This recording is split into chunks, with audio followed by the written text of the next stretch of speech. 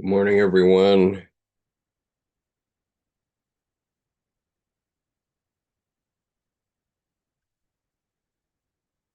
Happy post-Christmas. Happy holiday. Glad everybody's enjoying a holiday. Um, okay, so today I will be reading from um,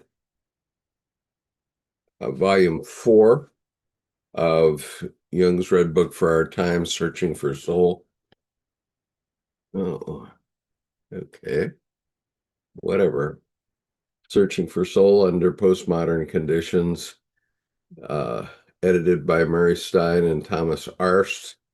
Um, there is a memoriam in the front of volume 4, and it says, "In memory of Thomas Arst, cherished colleague and friend, who passed away while we were working on this volume.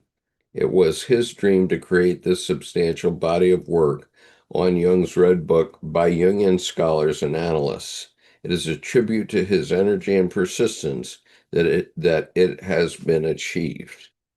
And Thomas Arst was a friend of mine, and I miss him very much. He invited me to the Aronos conference in uh, 2020, which I signed up to go to, paid for the trip and the entry fee, and then never was able to do it because of COVID. And so it was both a financial and a personal loss losing Thomas on Easter Sunday, 2020. I think he was one of the first victims of COVID in Germany, as a matter of fact. But anyway, uh, so we are here, and I'm going to read this bio about Heike Weiss Heider, who is the author of the piece that we're going to be uh, talking about today.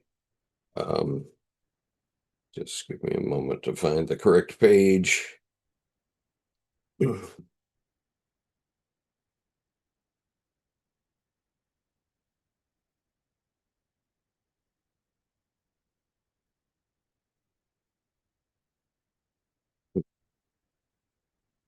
Seem to have a bio on her. It's not in alphabetical order. I'm looking. Oh, there it is. After the T's. Go figure. Because it's Heike and it's Heider, but I guess it's Vice Heider, so it must be in here alphabetically by the by her. Um, I don't know whether that's her married name or her personal name, but in any case, um, Heike Weiss Heider received her doctorate in medicine in Germany at Johann Wolfgang Goethe University of Frankfurt and Aachen, 1980 to 87. Specialization in psychiatry in Belgium through 1993 at the University Libre de Bruxelles, parallel to training analysis with focus on C.G. Jung, graduating in 2005 as training analyst at Charles Baudouin Institute, Brussels, Geneva, which offers transdisciplinary approaches to psychology and science. 1993, it moved to Zurich to study at the C.G. Jung Institute, Zurich, graduated in 2002 with the diploma thesis, Humility as Bridge to the Self, the meaning of humility in relation to C.G. Jung Meister Eckhart, and Jacob Bohm, working simultaneously at Sanatorium Kilchberg, a psychiatric clinic integrating analytical psychology into psychiatry. Since 2004, she is a member and training analyst of ISAP International. Uh, I'm sorry, I don't know what the acronym is, Zurich, from 2018, serving on the board to help bridge psychotherapeutic training with psychiatry. Since 2004, Heike has private practice in Zurich, several lectures on the Red Book in French in Brussels and Geneva, and in English and German in Zurich, focusing on psychodynamic aspects in clinical case studies. Ongoing interest in resonance between neuroscience discoveries and depth psychology, deepening lessons in humility and relationship through long rides in the forest above Lake Zurich with her horse, Apache. Uh, and so that is the intro of um, Heike Weiss Heider.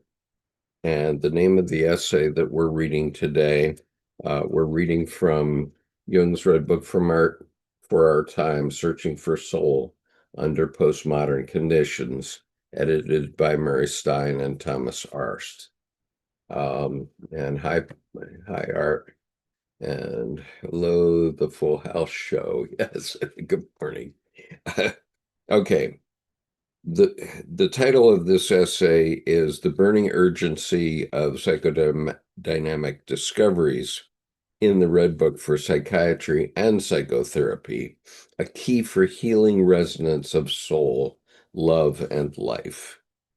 The invitation to participate in the project, Jung's Red Book for Our Time, Searching for Soul Under Postmodern Conditions, arrived as I was feeling increasingly a burning urgency. I am painfully aware of the need for shared engagement in bringing forward essential discoveries of Jung, their key meaning for healing consciousness and life with a heart. For individuals and society as a whole, building a caring relationship with the unconscious is fundamental. Over nearly 30 years of combined experience as a psychiatrist and analytical psychologist with a full practice, I have witnessed an increasing loss of heart in the world, which causes immense suffering, misunderstandings, and dead ends in our lives. I have also been confronted with similar multiple themes in my own life. For some time now, I have been accompanying my aging parents, most recently my mother, in a process and struggle with both hip and knee replacement surgeries, complete with all kinds of dysfunctional encounters on human and organizational levels in clinics and rehabilitation. Sadly, I see a red thread of themes with our contemporary emphasis on bottom line economics, which values money over soul, often leaving people on the sidelines and sometimes out of the equation altogether. With devaluation of caring for heartfelt factors, dehumanization is aggressively on the rise, with the indifference of an occupying force in a conquered land. We are confronted with an ongoing pathological process involving the imposition of power, control, and pseudo-expediency. This phenomenon triggers and perpetuates a fundamental growing disregard for the essence of life in the modern world. The human resonance, the human resource of relationship for the sake of life, the other, and the planet is thereby deeply contaminated, poisoned, and perverted. Wow, you think? She has put her finger on it. In the spirit of our times, all medical fields, psychiatry included, are governed by one-sidedness of economic and materialistic belief systems and political interests that increasingly amputate healing capacities of body and mind. In this unhealthy environment, the findings of Jung are nearly not taught anymore in psychiatry. If and when mentioned, the prevailing intellectual prejudice generally creates both conceptual misunderstanding and practical distortions. The Red Book, C.G. Jung's Personal Revelations from 1913 onward, represents a historic step in psychiatry, a Copernican turn that has yet to be appreciated and integrated. In an extreme act of humility in the face of his own suffering, Jung directly addresses his soul, asking for help and initiation. An authentic confrontation and relationship with the inner life unfolds. Jung discovers both the way to experience and the contents of experience of the inner being. For the first time, psyche is considered as a living, self-existing entity within itself, within oneself. The Red Book bears witness to Jung's initiation by and from psyche in becoming a therapist of a new kind and quality. Jung returns from his inner journey with incredible insights. During this adventure, the ego is initiated into the process of ongoing humility from and toward the psyche. Humility emerges as a process of life itself. Jung's endurance in this excruciating experience allows the psyche magma.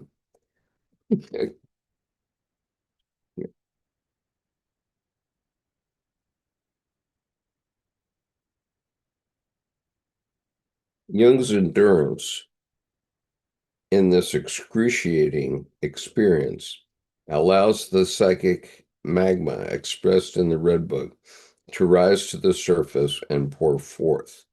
The resulting Liber Novus new book reveals previously unseen wisdom, as well as a mysterious reality and pragmatic help for the growth of consciousness and therapy. These pioneering findings differentiated Jung's therapeutic capacities and inspired the vast majority of his collected works. More than 30 years ago, and 3 months after beginning my training and troubled immersion in the heritage of psychiatry, a senior psychiatrist introduced me to the Jungian approach in daily clinical work. Without this initiation to an incredibly efficient tool to connect with the psychic dynamic core that helps people to evolve, I would have stopped my training in the first year. Otherwise, fundamental, essential keys to reach souls in distress, then to accompany and guide them through the often grueling encounters with destiny were and remain shockingly absent in psychiatry. Okay, that's the first segment of this essay. I'd love to have any comments you have. Good morning, everybody. And it's great to hear someone who is a made psychiatrist talking about the advantages of using the Jungian method in psychiatric efforts, because too often we've gotten to the point of pushing pills on people, and they don't need pills at all. They need a humble helpmate to get them through difficult times. And I try to do this in my own work. And Anyway, all right. Present tendency in psychiatry. In modern psychiatry, the psyche is mostly seen as a biochemical effect, a physiological phenomenon, and behavioral function. This creates one-sidedness and repression through implicit judgments. There are historically major efforts for a development of psychology as a science of consciousness, while an amazing ignorance of the unconscious continues to exist. The healing and self-healing capacities of psyche and intrapsychic dynamics have not been carefully explored and integrated in the psychiatric field. Okay, so I guess we all know that.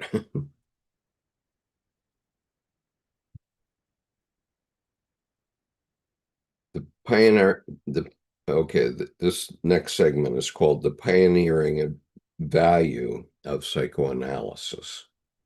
Um, Meanwhile, investigations of the psyche occurred in a parallel new discipline. Psychoanalysis, the discovery of Sigmund Freud, set out to release, guide, and connect the psyche, and this convinced Jung, who at the time had begun to study psychiatry. Jung reached out to Freud, which opened the way to a creative friendship, later painfully sacrificed when projections onto Freud fell away, as Jung felt obliged to stay true to his own path and experience of the psyche. Over time, psychoanalysis became embroiled in controversy about its view of the psyche, which created dead ends and a very ambivalent appreciation of psychoanalysis at large. Jung's analytical psychology ultimately offered a way beyond those impasses. Jung learned from the psyche, especially from his soul, making it possible that the individuality of a person can appear and develop as a whole. He managed to connect psychiatrist with psychoanalyst, um, so that the knowledge of both serves as a reinforcing psychotherapeutic bridge for the patient. This bridging transdisciplinary approach should offer fertile soil for future psychiatry.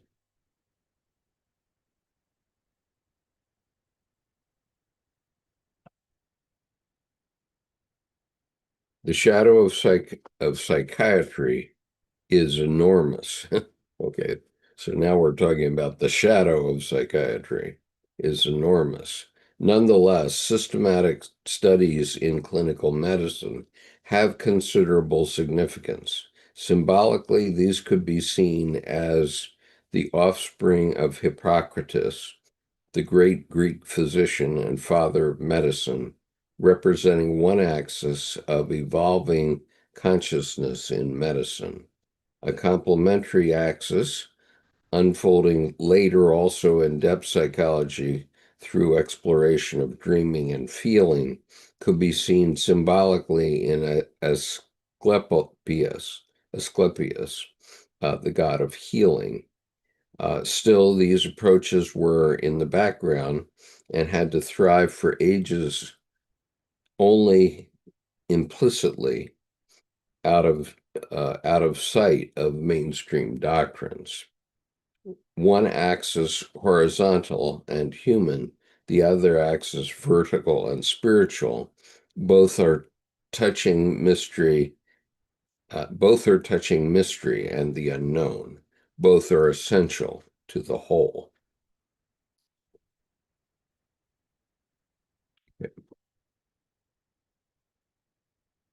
Good luck. The Full House show says, good luck getting a therapist to answer a phone call outside of an appointment. Yeah, well, they're busy. Um,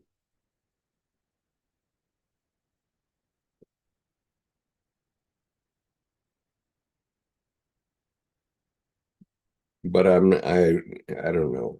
I'm not, I shouldn't say anything about the current practice of um, psychiatry or psychology, since I'm neither of those. Um, but what I will say from my own experience is that through personal study, you can figure these things out. It takes time, but it can be done. Um, and obviously, some of our members have achieved this. One of them is Richard Casper here, who's been a follower of this YouTube presentation for a long while, as is Art Patterson. Okay, next topic. New level of consciousness. Significantly, systematic investigations of the unconscious and liminality of consciousness began in the first part of the 20th century, simultaneously with discoveries in quantum physics. A new level of consciousness emerged out of Jung's suffering and persistent research. He dared to experience the unconscious in a direct, dangerous, and pioneering way, connecting science and psyche. Jung discovered the possibility to Jung discovered the possibility to relate with this tremendous phenomenon of nature. Jung's dive into the unknown space at the age of 38 as an experienced psychiatrist brought him into contact with self-organizing dynamics of the psyche and initiated him into the astonishing and inescapable truth that psyche is relational.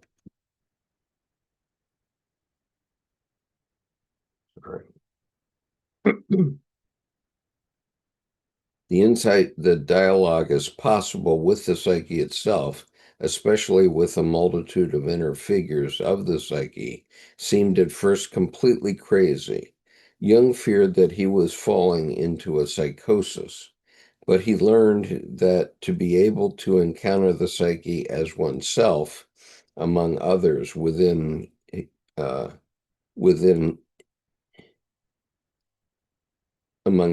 within, he first had to unlearn a reductive way of understanding himself. Erupting forcefully from tensions of suffering, his inner life, seen as the spirit of the depths, swept away the spirit of the times and all preoccupations of daily life. For a period of over 6 months, a flow of inner dialogues poured forth with growing meaning. This growth paralleled Jung's growing aptitude to endure the challenges of these inner dimensions and a growing attitude to care for manifestations of the psyche as objective, interactive, interdependent, polymorphous, capable of changing and creating reality, and especially essential for a psychiatrist as healing manifestations in and of life. Okay, so let's talk about that for a minute. So until this time, uh, there was knowledge of the psyche. Obviously, Freud had been working with it for a long time, as had various artists, and but they hadn't put it all together yet. And so what Jung did was start, based on his experience as a psychiatrist, he started to understand the connections of all these things to one another in the world. And, uh, that was enormously important. And it was happening partially because of the collective unconscious. And in 1956, Jung was asked what was his greatest discovery of his lifetime. And this was 5 years before his death at the age of 86. And he said, oh, well, that's the collective unconscious. And as all of you know who've read the Red Book, you know that in the very first full chapter, some call it the preface of the Red Book, Jung discloses his experiences leading up to World War I and the fact that his dreams and visions prefigured the war. And so, because of the intensity of the feelings of the group of humanity in Europe, he knew that the war was coming, but he thought he was going crazy for a while. And, but what he learned from those experiences was enormously important for everything that came after. Uh, and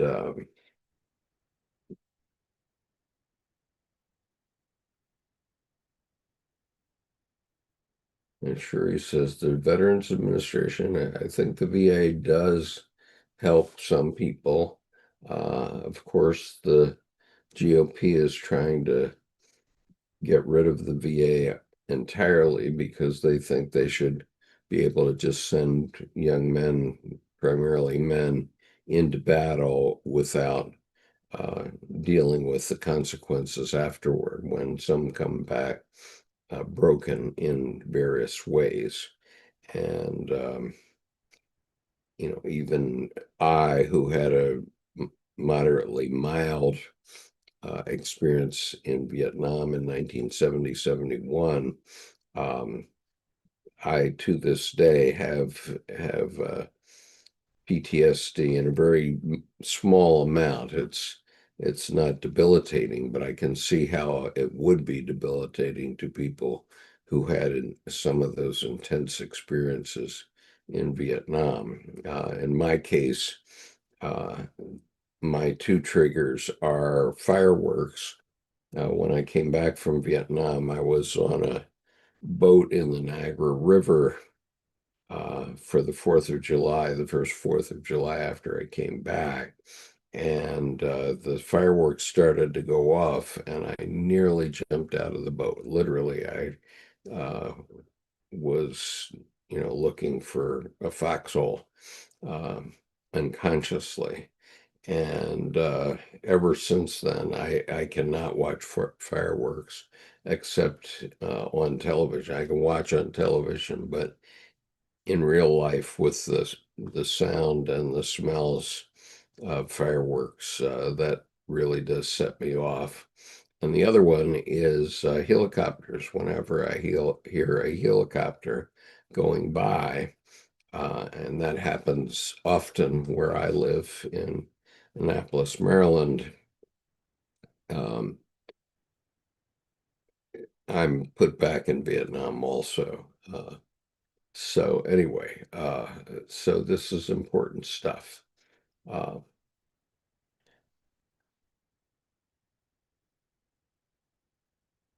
and Full House show says, I've tried many options, private also, and my option is simply reading Jung and working with talking through the issues that come up within Jung and in this YouTube channel. And we've talked about it very deeply, especially in the advanced class, where we've also done Mysterium Conjunctionis and Ion and Answer to Job, and very important books. I haven't published those videos as yet, although I have permission from our advanced group to do it, so I will do it at some point. Um, and, and Cherie says, I had a dear friend that has phoned me to say 30 years every Christmas, to phone me for about 30 years every Christmas. He served in Vietnam War as a Marine in 1969-70 in combat, and I met him at the VA. Um, it was very hard on him when he returned, and he had breakdown known as bipolar disorder, and he was taking medicine, but someone told him to get off it. He calls me at 3 a.m. and he was in. Um, sorry, I'm not quite following it, Sherry. I went there. He was a big man and was outnumbered. My car window was bashed in, and I wasn't looking good either, but I was good, a good driver. Get in the car now. He is now happily married and said to me, okay, I'm following your story, Cherie. So, Richard says it is insanity to most, and when it started with me, I indeed thought I was having a breakdown. Um,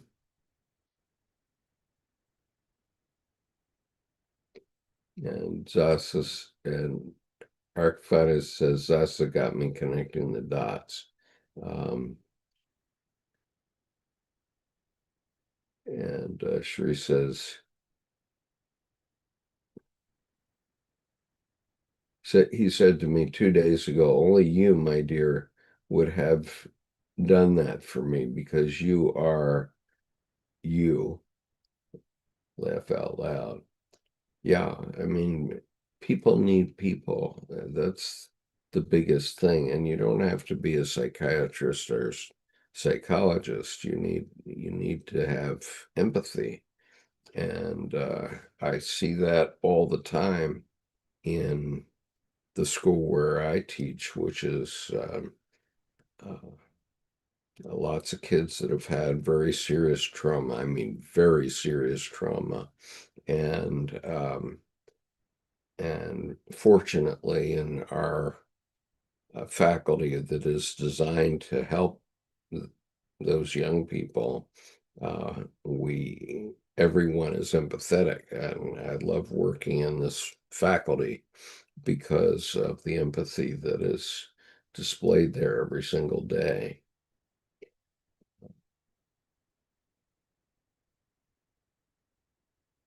And Deborah says, I've used EMDR. That was very helpful. Meditation is essential. Things are going to get gnarly. Uh, at least believe, at least I believe in myself and have improved the ability to interpret signs and circumstance. And Sheree says his wife was in the hospital a day before this Christmas, 2 stints and is home. Wow. And Richard says sympathetic ear is everybody's best friend. Yep, absolutely. I agree with that entirely. And so if you have a person, obviously, um, I think women are better at this than men. I think women tend to get together over coffee, um, and over lunch sometimes, and talk out the problems with the bastards that they're hooked up with one way or another. And um, and I think that women are able to keep the mental health of society by uh, having their frequent meetings and get-togethers. Men don't seem to do that. We think we have to perform in an athletic kind of way, or we have to watch somebody else performing, and um, that doesn't help because it's just warfare on the television screen. And whenever we're watching TV at night, uh, my wife is complaining that I'm always interested in a war movie, and not always, but some of them are pretty gruesome, and I'm not very interested in that. But um,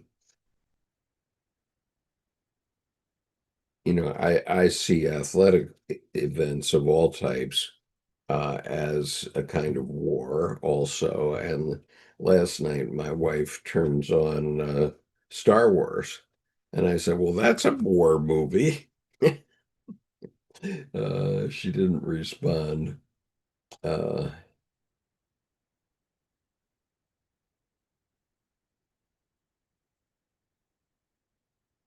yeah. Sheree says he still takes his medication and has a good doctor, and it is regulated and changes when needed. Okay, one of the things that is mentioned in this essay is the reductive aspect of the Freudian approach. And what is meant by that is that Freud basically had one archetype that he was working with, which was the Oedipus archetype. And he crammed his ideas, everything into that archetype.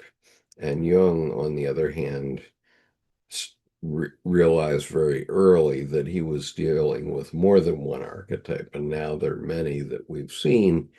And the one that I'm getting reintroduced to right now is James Hillman's book, A Terrible Love of War, because war itself is an archetype and it controls us. Um, and we have to be very careful about it. Um, and you know, every time every time I look at our president and he's talking about beating somebody up, he's encouraging a war every day. I mean, and he's trying to get in one in various countries around the world.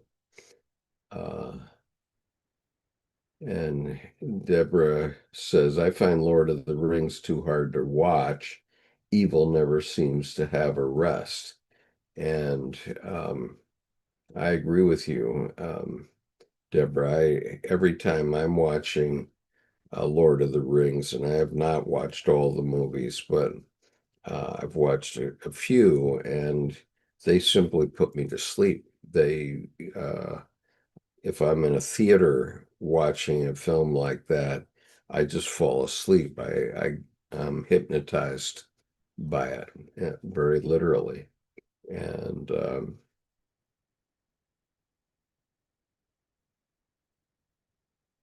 Archifanes says, I like reading the Talmud, Ketubot 11b. Okay, I don't know what that is. I know uh, I know something about Jewish literature, but it's mainly in the Torah, and so I should spend more time on it, I suppose. I've now gotten two new Bibles in December because of the eulogy that I gave on the 13th. And and I find them quite interesting. I got myself the the Wesley Study Bible. It's based on the work of John Wesley, of course, who was a leader in the Methodist movement. And and I also got a King James version, a straight King James version. I think the Wesley Bible is also fundamentally based on the King James edition. Um,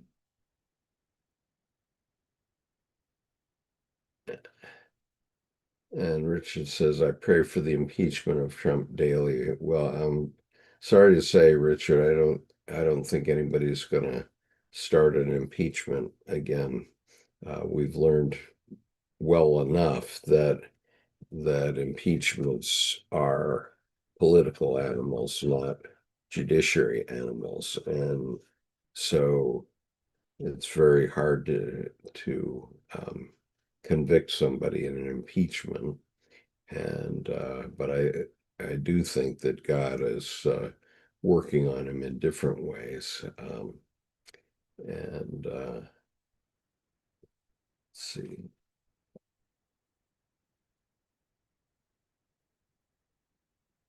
I discovered the existence of Tyndale's Bible. King James is grossly censored more than others. Okay, Kathy, please do give me a lead to that Bible, and I'll try to buy one of those as well. I don't I don't want to read censored things, and I know that there is a lot of censorship, especially in the religious world.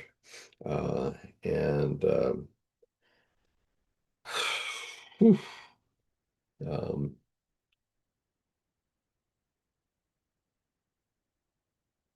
Richard says the Ignatius Bible is the bomb of all Bibles.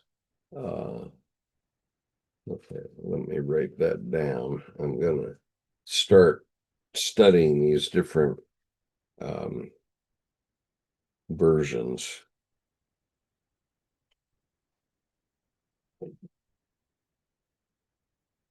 because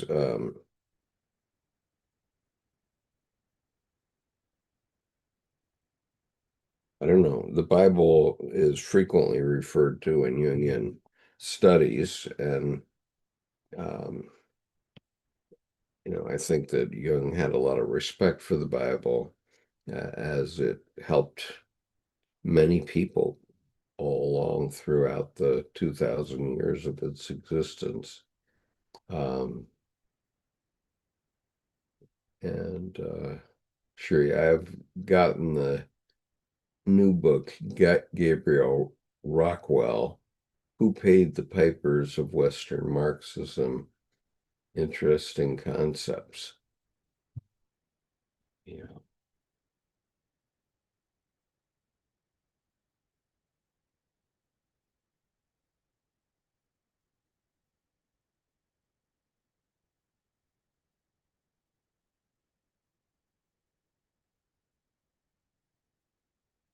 yeah. I find that the people who uh, call Zoran Mamdani a Marxist probably haven't read any Marx. Uh, they just use these terms as a political tool. Um, and Deborah says, in fact, the MAGAs are waking up and they're fighting among themselves, and very interesting, and a sign that the house divided cannot stand. Um, and I will concur with that because uh, it so happens that my son-in-law is executive vice president of the Heritage Foundation. That's a very conservative think tank, but it's right now filled with MAGA. And I was visiting his home to drop off Christmas presents a week ago, and that and he was uh, pulled away on the telephone, and um, my daughter said that he was uh, saving the republic, quote unquote. Um, Now, my son-in-law and daughter and I do not agree on politics, or very rarely. Um, but I do try to show uh, how I do agree from time to time to try to help them understand that I am uh, also thinking about these issues. Um, But in any case, what did happen was that 13 um, major players in the Heritage Foundation resigned and went to a PAC that's controlled by Mike Pence, who apparently is trying to create a lane for himself to run for president. And so they've all gone over to Mike Pence as traditional conservatives, leaving the MAGA people with the Heritage Foundation.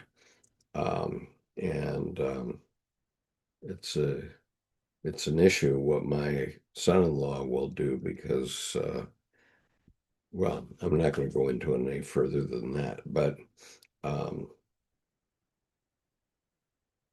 it, it, in the end, I think that MAGA will now be uh, totally discredited, and what happens to the Heritage Foundation may depend on what my son-in-law does because he's the lead administrator of the organization. Um, let's see.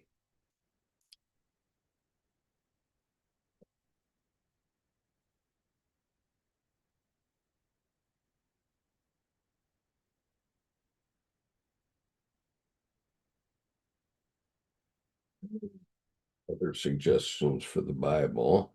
The New Strug's expanded exhaustive concord. New Strug's. Thank you for the leads here. Um, Bible concordance. Okay, I'm always interested in concordances because they're very good ones.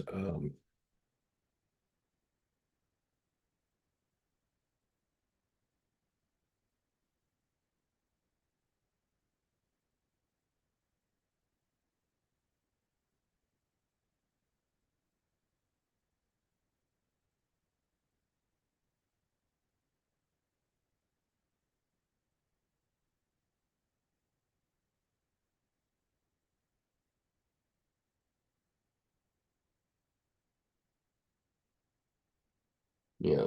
Anyway, people have been running politics, um, cultural background study Bible.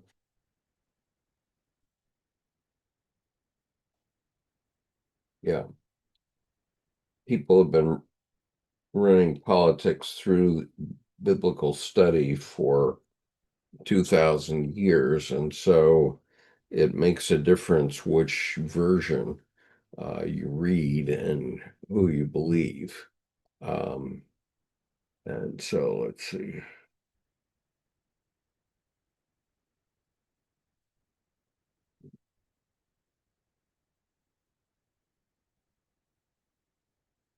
Okay. It seems I'm collecting Bibles. Um,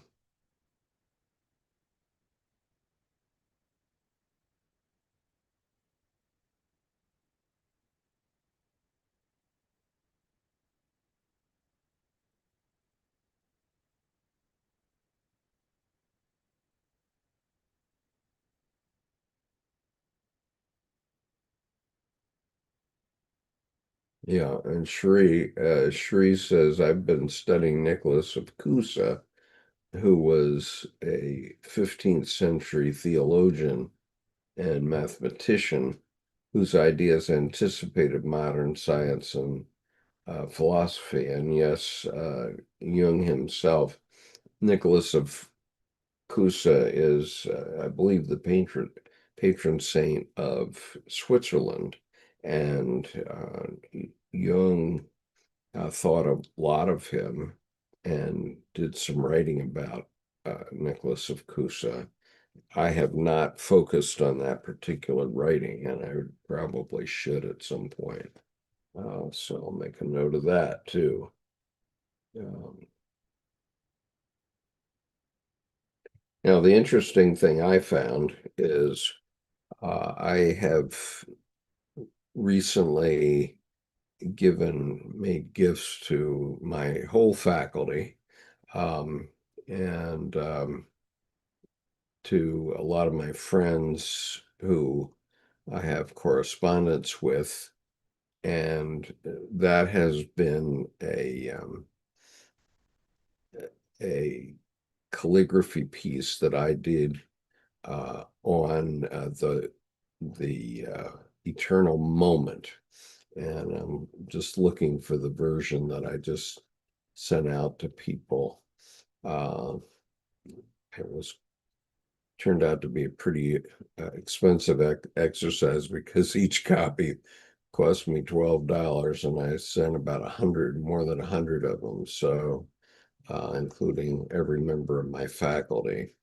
I can't actually find the version that I did,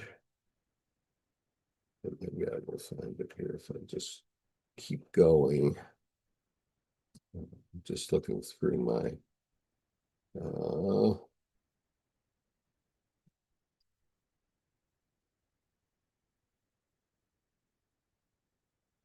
no, not finding it.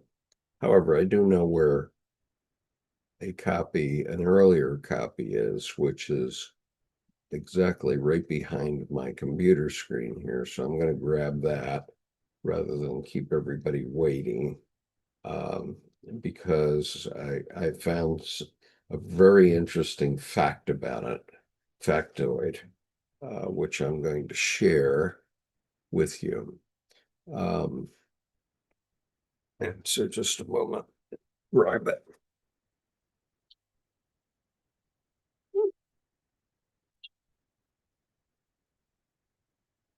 Okay, this is an earlier version of calligraphy that I did of it. I've long been um, very impressed by this statement, and it appears in paragraph 330 of Mysterium Conjunctionis, and on page 54 of the Bible, and the Psyche by Edward Edinger, I believe, is where he quotes Jung. Um, and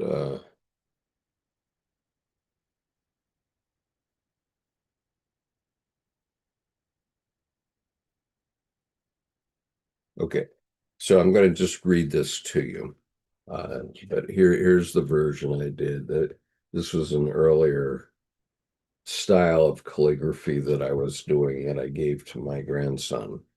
The great thing is now and here. This is the eternal moment.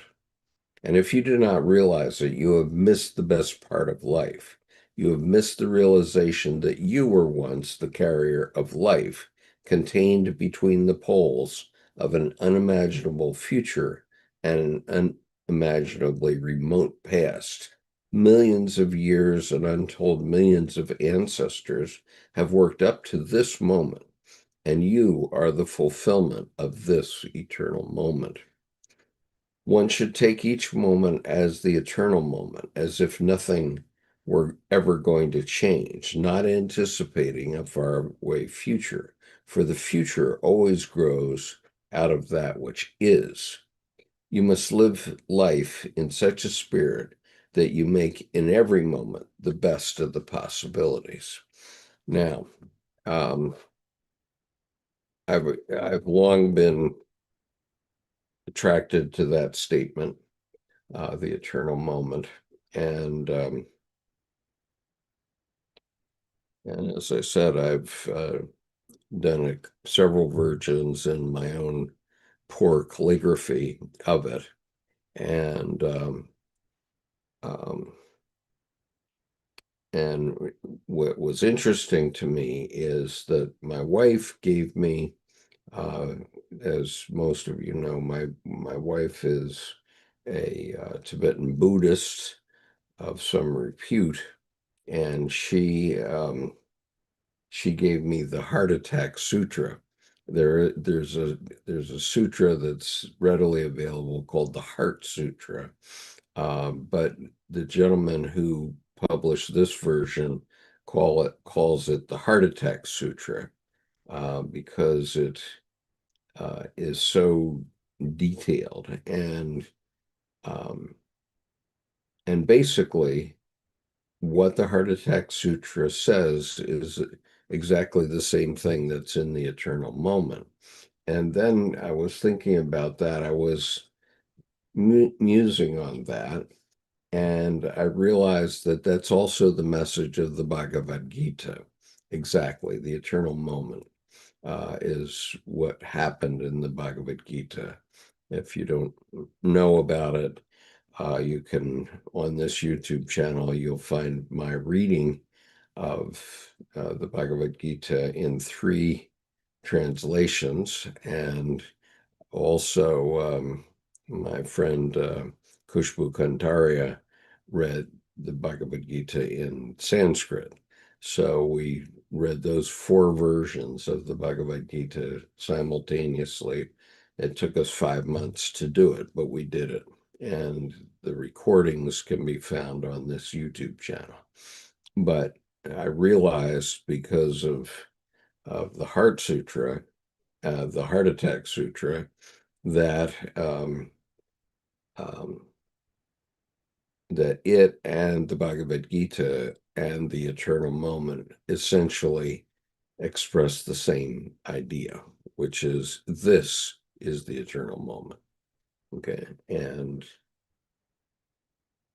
I should probably remember in the Bhagavad Gita, it takes place in an instant. It's a conversation between Krishna, uh, who is the charioteer of Arjuna, and Arjuna is asking Krishna questions, and he's responding to them, but it all takes place in this eternal moment. Okay.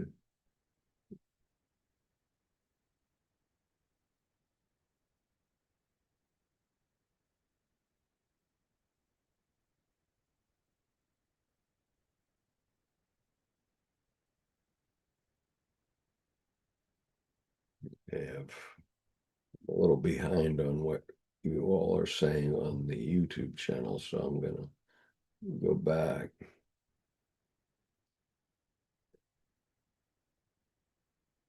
Yeah, Deborah, let's see.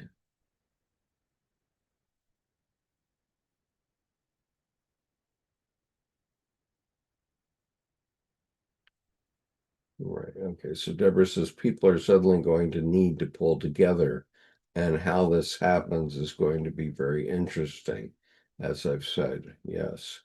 And Richard says so many versions of the Bible, different words, but all have the same ending. Uh, and Cherie says interesting connections. Richard, the Fatima appearance of Mary and her words are prophetic for this time in history.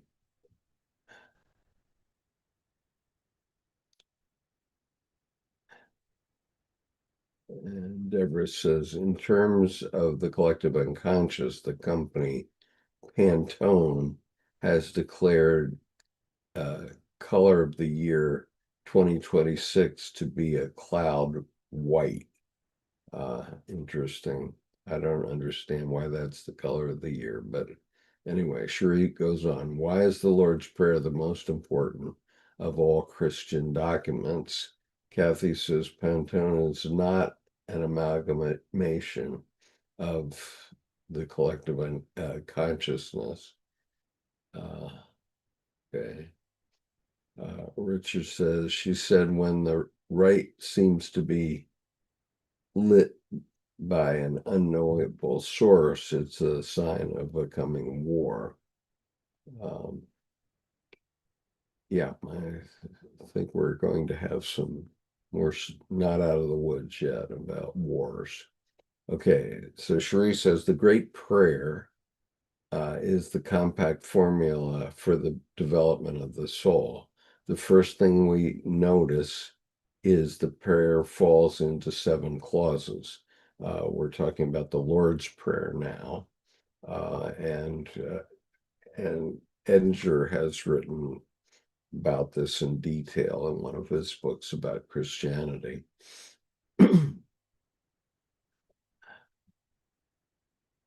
And so Deborah is signing off. I don't blame you, Deborah. Deborah is in Australia, where it's quite late at night. I guess about 1 in the morning there. So peace.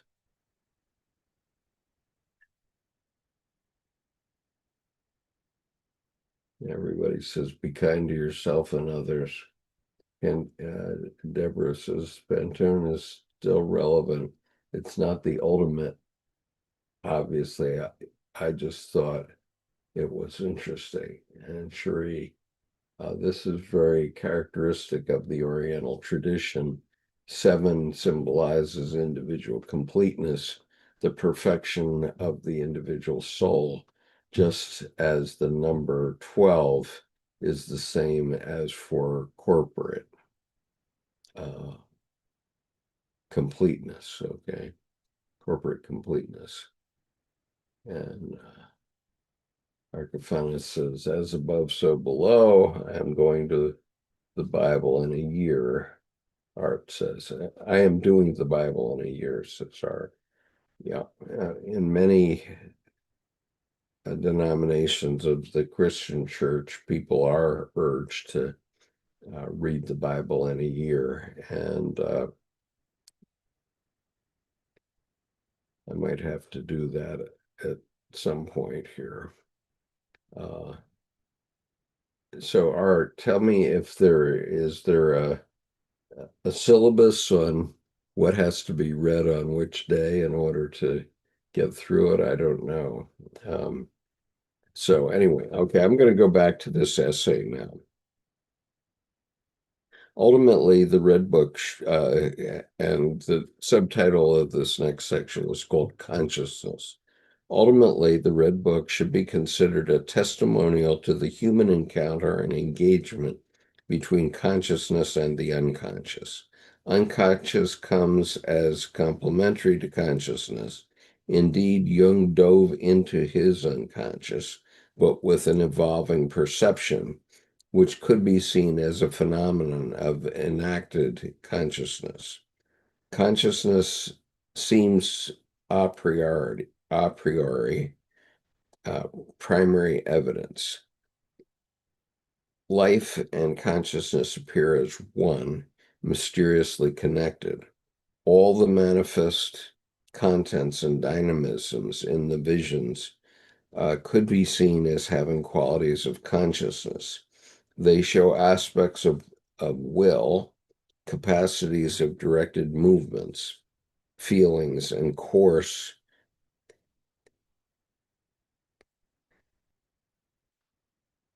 and co-arise as subject and object in an emerging experience, finding expression in the inner dialogues. Consciousness itself is never the object of experience because it is the observer. The psychodynamic episodes in the Red Book reveal that within consciousness and unfolding self-reflecting consciousness process is growing, creating feeling and awareness of being, of resonance with life.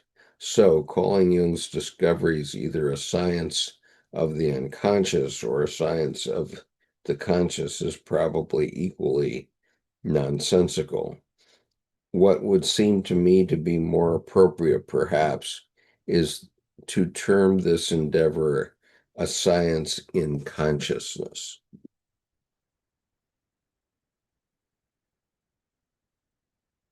By individually relating with our psyche, building a caring relationship with the other within, individually reflective of but always uniquely different from Jung's own pioneering efforts. We can experience the growth and expansion of self-reflecting capacities within consciousness. These findings have a deep impact on psychiatric and psychotherapeutic approaches. Relationship with psyche is important, not only abstract and intellectual ideas about psyche. This brings a Copernican turn in therapeutic relationships as in nuanced differentiation of the use of psychopharmaceuticals. Okay. Um, I'm going to, I need to take a short bio break. So while I'm gone, I'm going to share with you a one of my works in progress, which I'm currently painting. And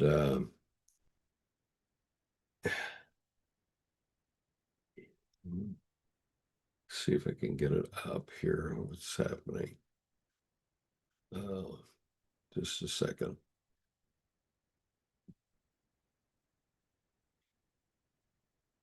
Okay, so I seem to have it on my screen at this point. So I'm going to share with you one of my works in progress. As you know, this is me trying to communicate with my unconscious, but others seem to like it. Now, this particular piece is not yet complete, but I thought I would share it with you. And feel free to talk about it or anything else while I'm going on my brief bio break. And I'll see you in a minute. Okay.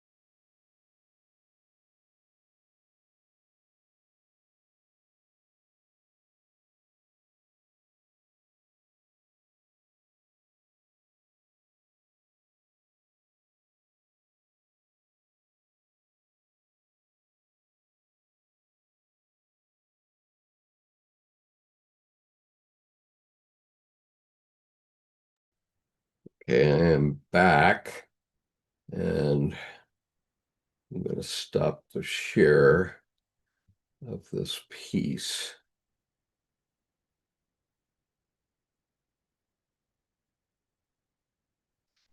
Okay. And back. So I wonder if there are any comments. Okay, looks like not.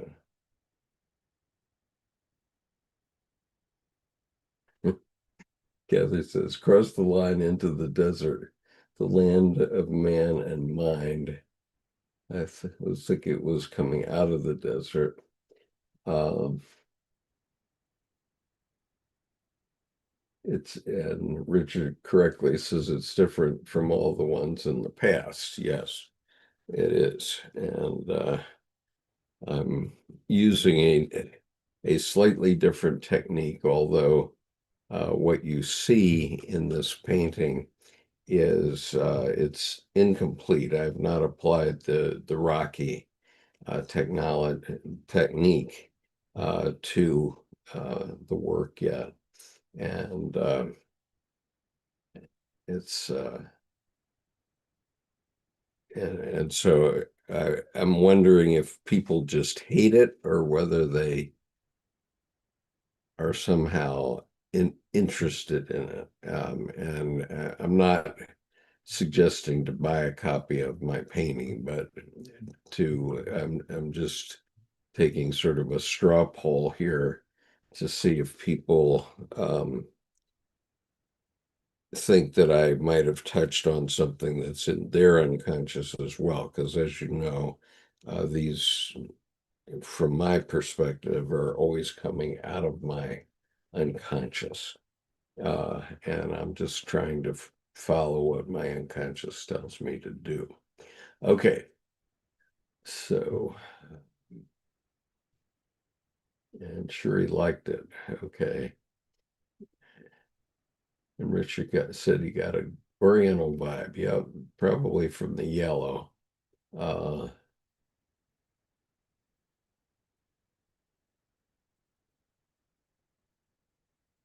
okay.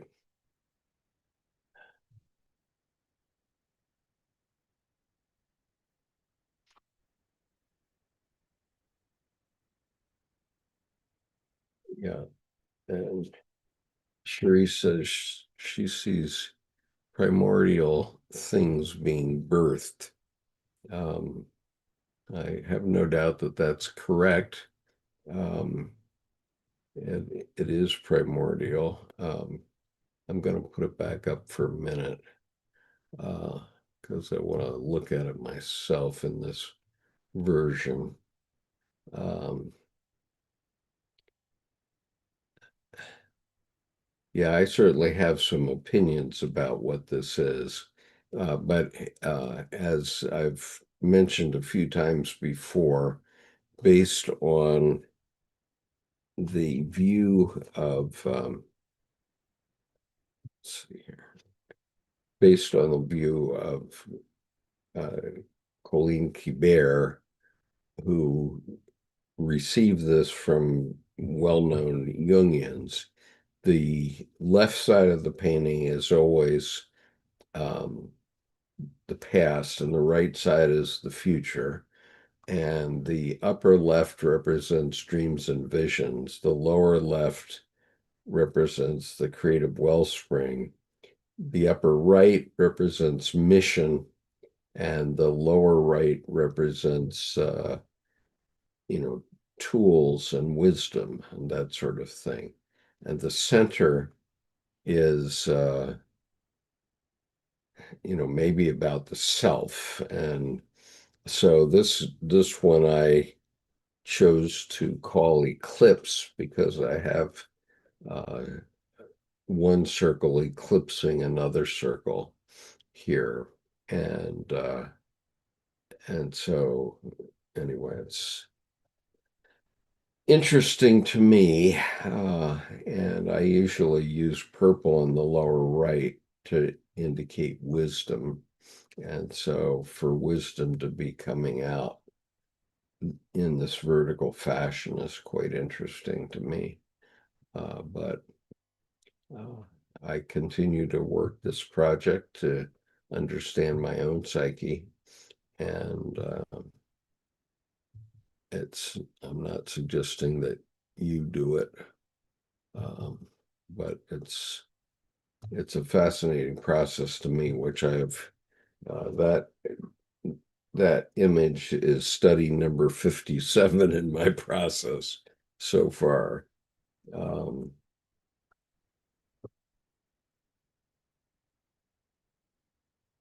so Richard says it's softer than all the others. The lines are blurred, but it's nicer on the eyes. So that's interesting. Um,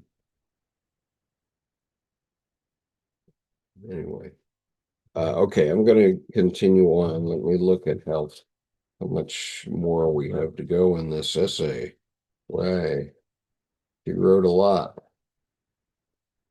I hope I can get done it. No, I will not get it done it because she's uh, put in, holy smokes, this may take another 2 weeks. I'm on page 34, and this goes to 61.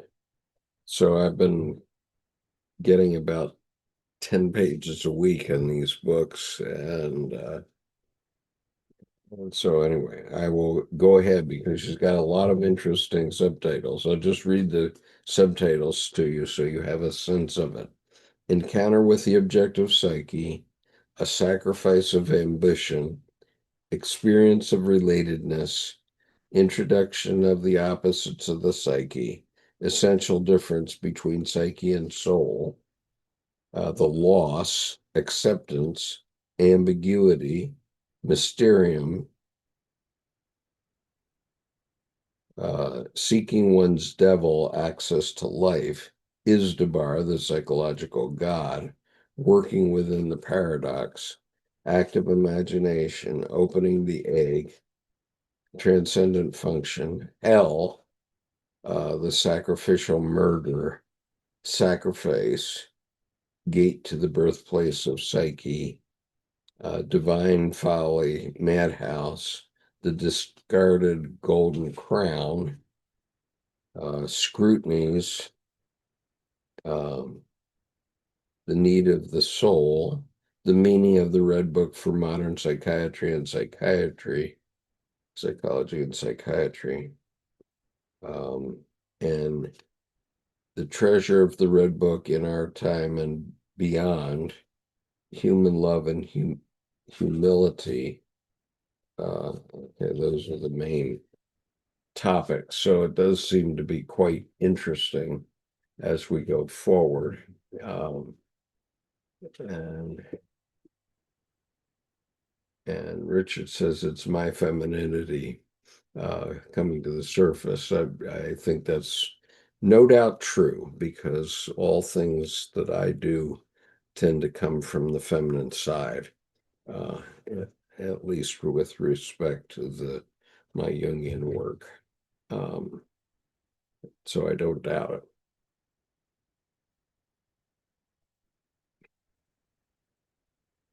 Okay, encounter with the objective psyche. The beginning of the Red Book is very emotional and intense. It is a cry for help from a very lonely man, a man who has lost his soul. This SOS from the heart opens an immediate, strange, but strikingly authentic inner experience.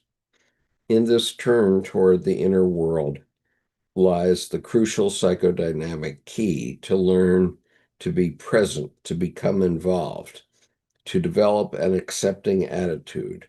It is not about applying a method, but rather entering a path into life, into inner life, in the here and now, moving forward in facts and acts, not in psychiatric terms. And I would say that when I'm painting, um, this is what I'm doing also. Uh, this opening was created through the intensified inner tension and extreme suffering of and from the psyche. An inner accepting presence is the necessary dawn leading to the core of meaning, finding measure and orientation in the healing process. The 11 chapters of Liber Primus are written in about 1 month, um, employing inflated language, which indicates that the known realm of the I has been left behind.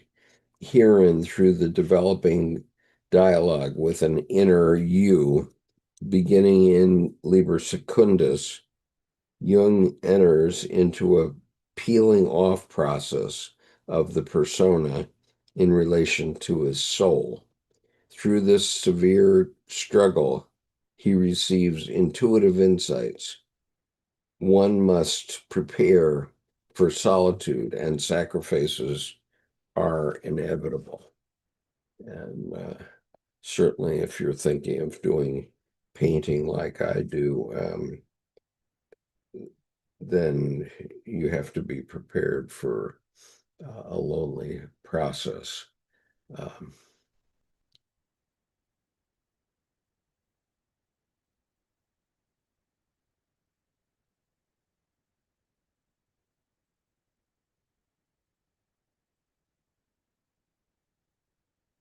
and Sharice is another dear friend's son, graduated from Boston College, and now is the executive director of Bard's Art Institute.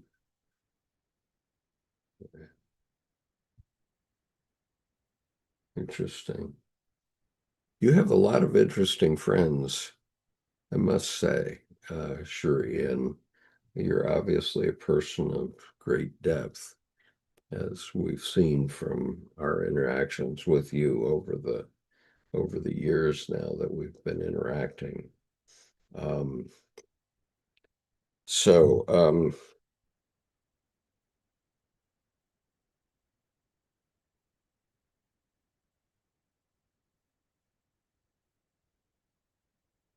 okay,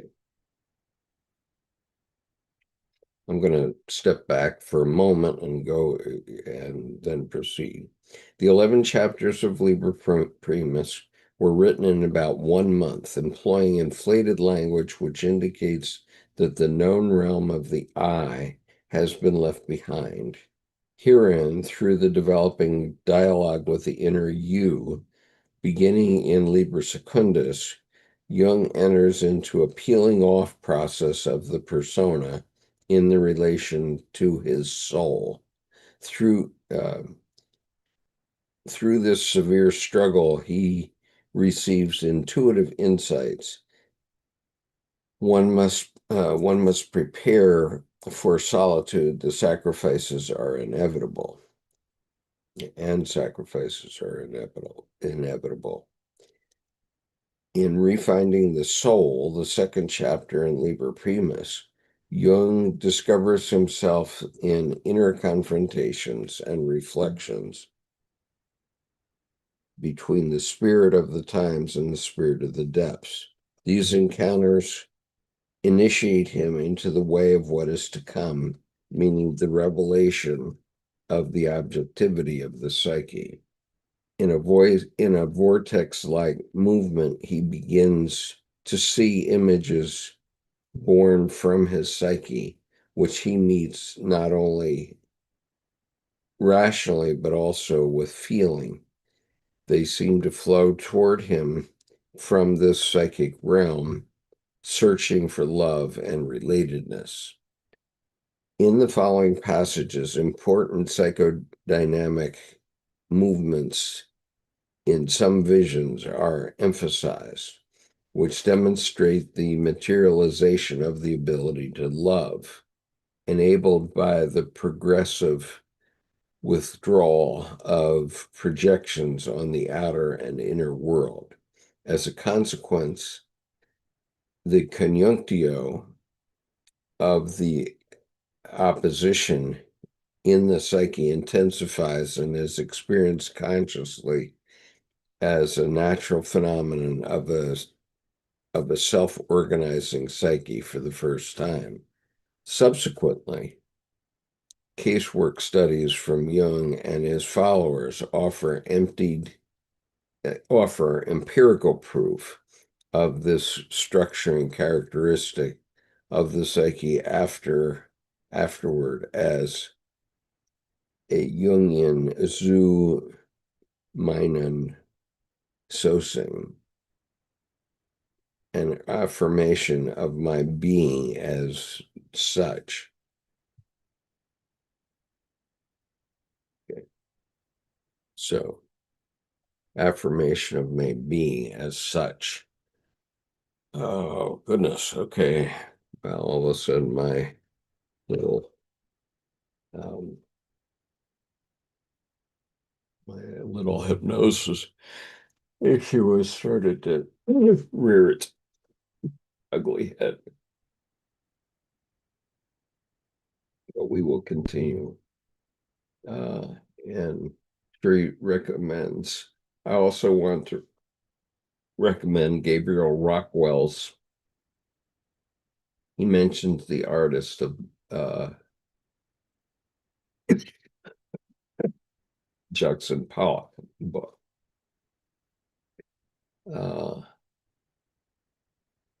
Okay. I don't know if you can tell us.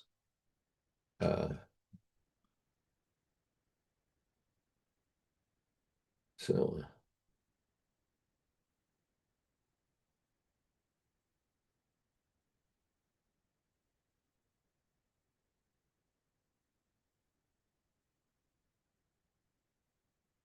okay, I don't understand what's meant by your question. Is that a sight art? About apparently about Cherie's friend uh, who finished Boston College and is now executive director of Bard's Art, Art Studio. Don't understand that question. Uh, so anyway, okay. Cherie, what is the name of the book that mentions Jackson Pollock? I'd be interested in that. Okay.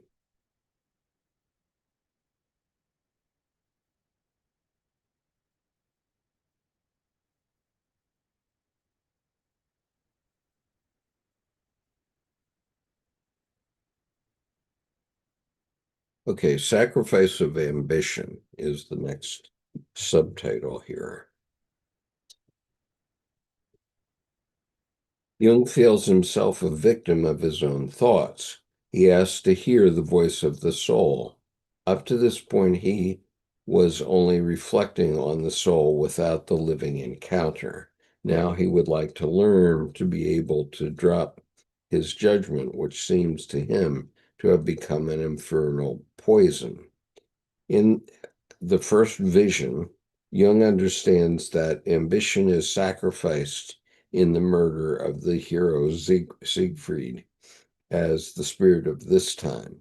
His previous one sided attachment to the outer world and tendency of imitating others, slavishly serving only ideas of greatness. The spirit of the depths took my understanding and all my knowledge. Quote, this is a quote. The spirit of the depths took my understanding and all my knowledge and placed them at the service of the inexplicable and the paradoxical. The spirit of the depths presses him with inner aspiration, both ardent and unbearable, to relate to and serve the objective psyche. For this step, the sacrifice of the ego is inevitable.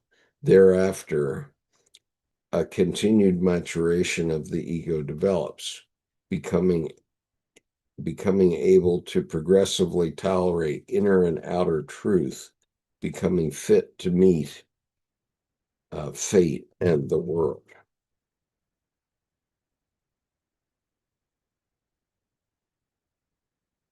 Openness, acceptance, patience, and humility unfold apace and prove essential to the further relating process.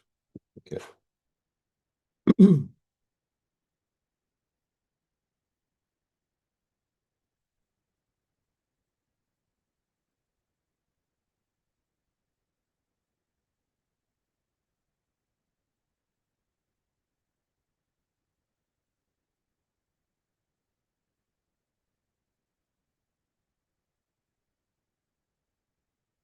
So art says everyone is talking about me.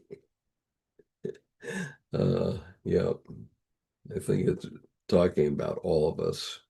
Art.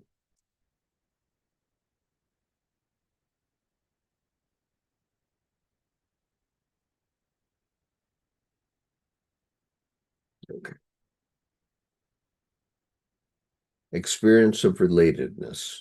After the sacrifice of ambition, the dynamics between the ego and the spirit of the depths progressively transform.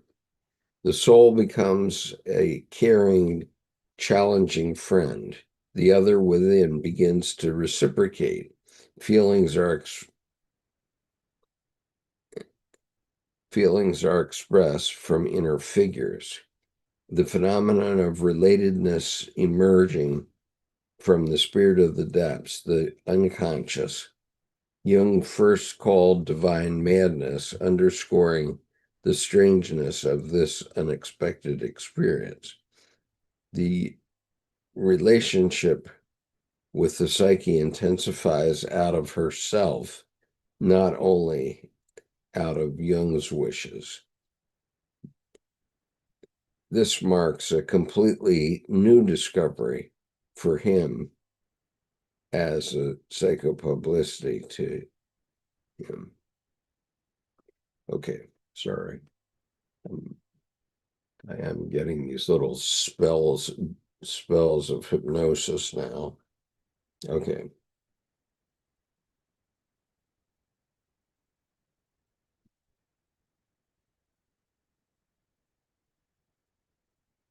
Introduction of the opposites of the psyche. Just a second. Yeah. Okay. Introduction of the opposites of the psyche. In the course of Liber Primus, the soul presents herself as a child and maiden. After long reflections about the importance of dreams to acquire knowledge and wisdom of the heart, this process is seen as the initiation into good and evil. Should I also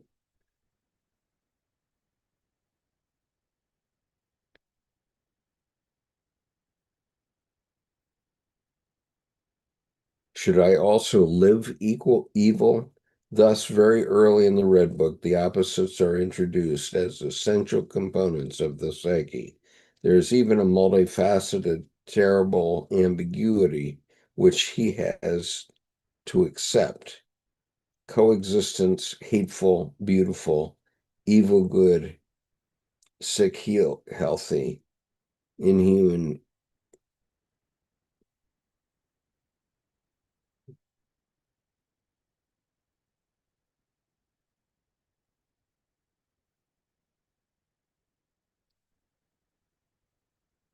There is even a multifaceted, terrible ambiguity which he has to accept. Coexistent, hateful, beautiful, evil, good, sick, healthy, inhuman, human, ungodly, godly. Cruelty, pain, torture, and death are influencing dynamics and layers of the inner world. Jung realizes the prerequisite to respect and fear the spirit of the depths. Okay. I'm going to come back to that in a minute. Let's see what we got.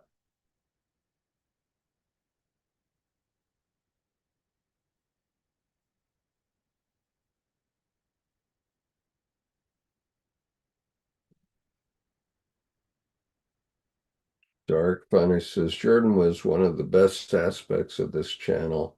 This loss is great.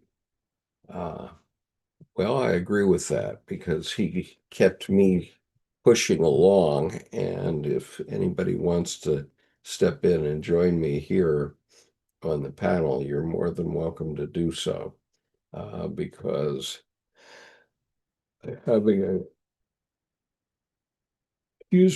actual conversation with people um, might help me keep me out of my trance, among other things. Uh, so Sheree says the next two books are the second volume called French Theory, Made in the U.S.A. It is analysis of cultural imperialism that have promoted so-called international class struggle and the third theory. Okay.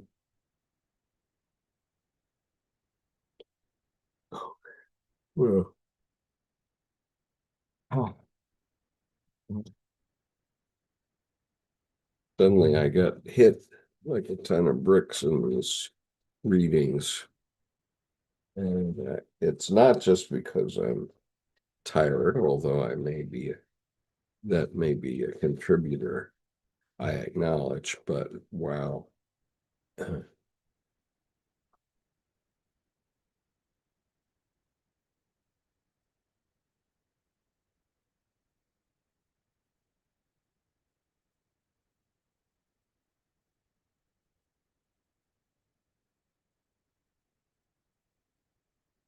Okay, experience of relatedness.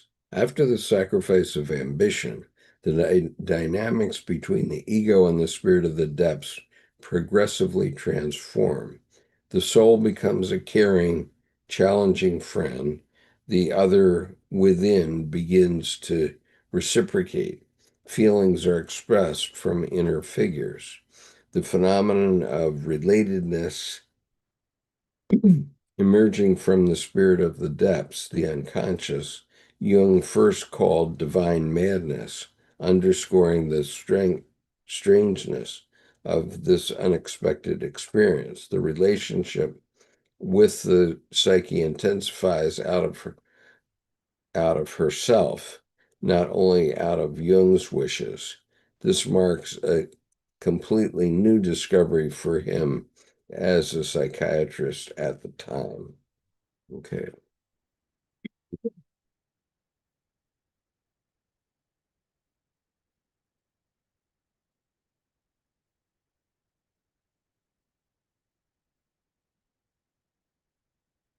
Okay. Introduction of the opposites of the psyche.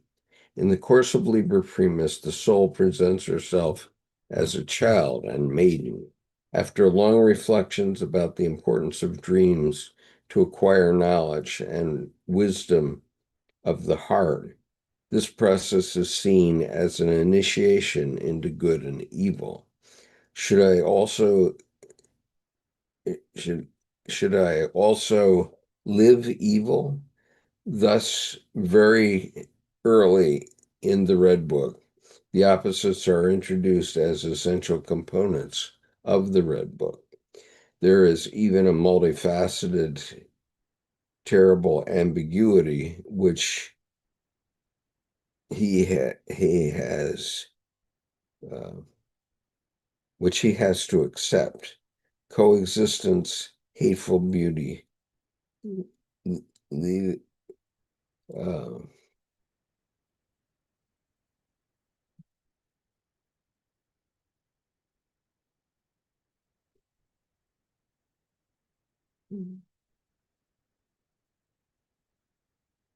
okay, going back a couple sentences. There is even a multifaceted, terrible ambiguity which he has to accept to coexist beyond him.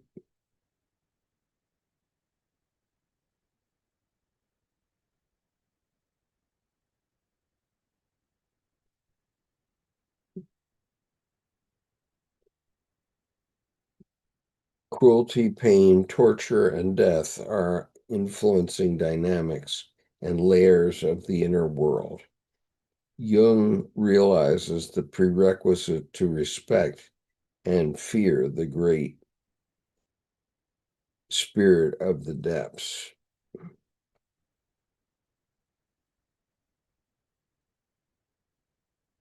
Okay. I am, because I'm passing out here, and we've got a good 24 pages left to read, I am going to call it quits at this point for today. Um, because I cannot keep my eyes open when I'm reading. If anybody has any comments about narcolepsy, you can trot them out now.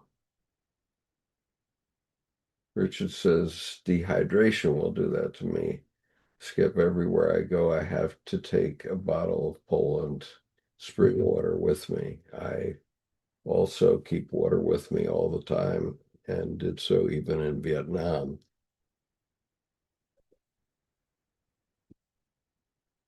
although it was always my canteen was with me.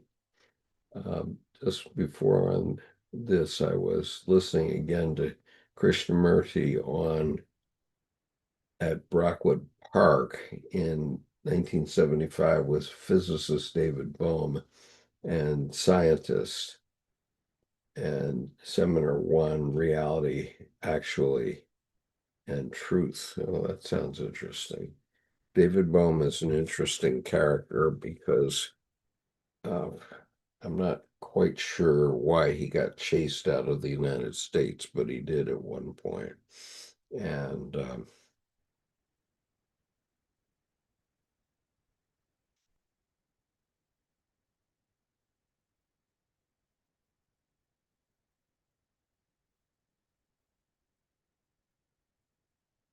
was just thinking of a famous David Bohm quote that my wife and I like, but I can't remember the beginning of it. The ending of it is um,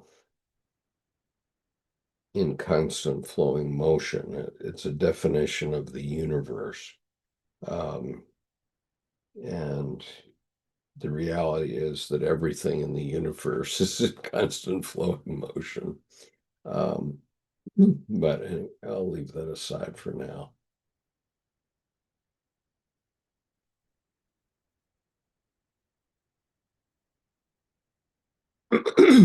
Okay. All right. So thank you for being here, everyone.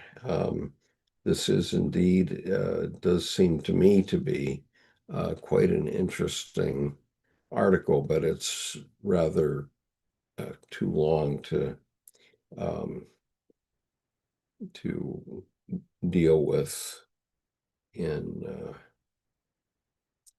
as a solo here. And I've been reading for a couple of hours now, so or trying to read for a couple of hours. I apologize for my intermittent snoozes, which seem to be a professional hazard here on this YouTube channel. Um, and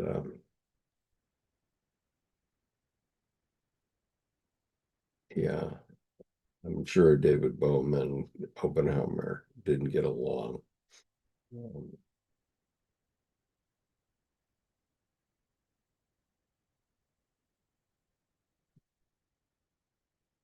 and Sherry recommends please watch Together for Palestine, full show, live from London, uh,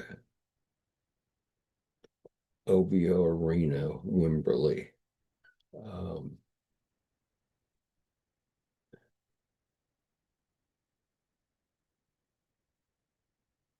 and Arcofauna says, look up Lenin, a new biography by Dmitry Volkogonov. Uh, that's interesting. Okay. All right. Um, all right, folks, I'm going to say goodbye for this week. I'm at the limit of my endurance, and I'll see you next week. I hope this has been useful to you. And if one or more of you wants to start joining me in the panel, please write to me. I'm at skip.conover@gmail.com, and I'll make sure you have the information you need. Uh, that is my email address. So Sheree says it's a beautiful show with poets, doctors, and musicians. Uh, okay, Together for Palestine. All right. Yeah, I'm kind of appalled that I now have heard that the Israelis intend to stay in Palestine and displace the Palestinians, which is really unfair considering the way all this has come down for the last 70 years. And I concur with the view of Happy New Year. Do we have another? No, we don't have another session. So have a Happy New Year, everyone, and I will see you next year. And we will keep going.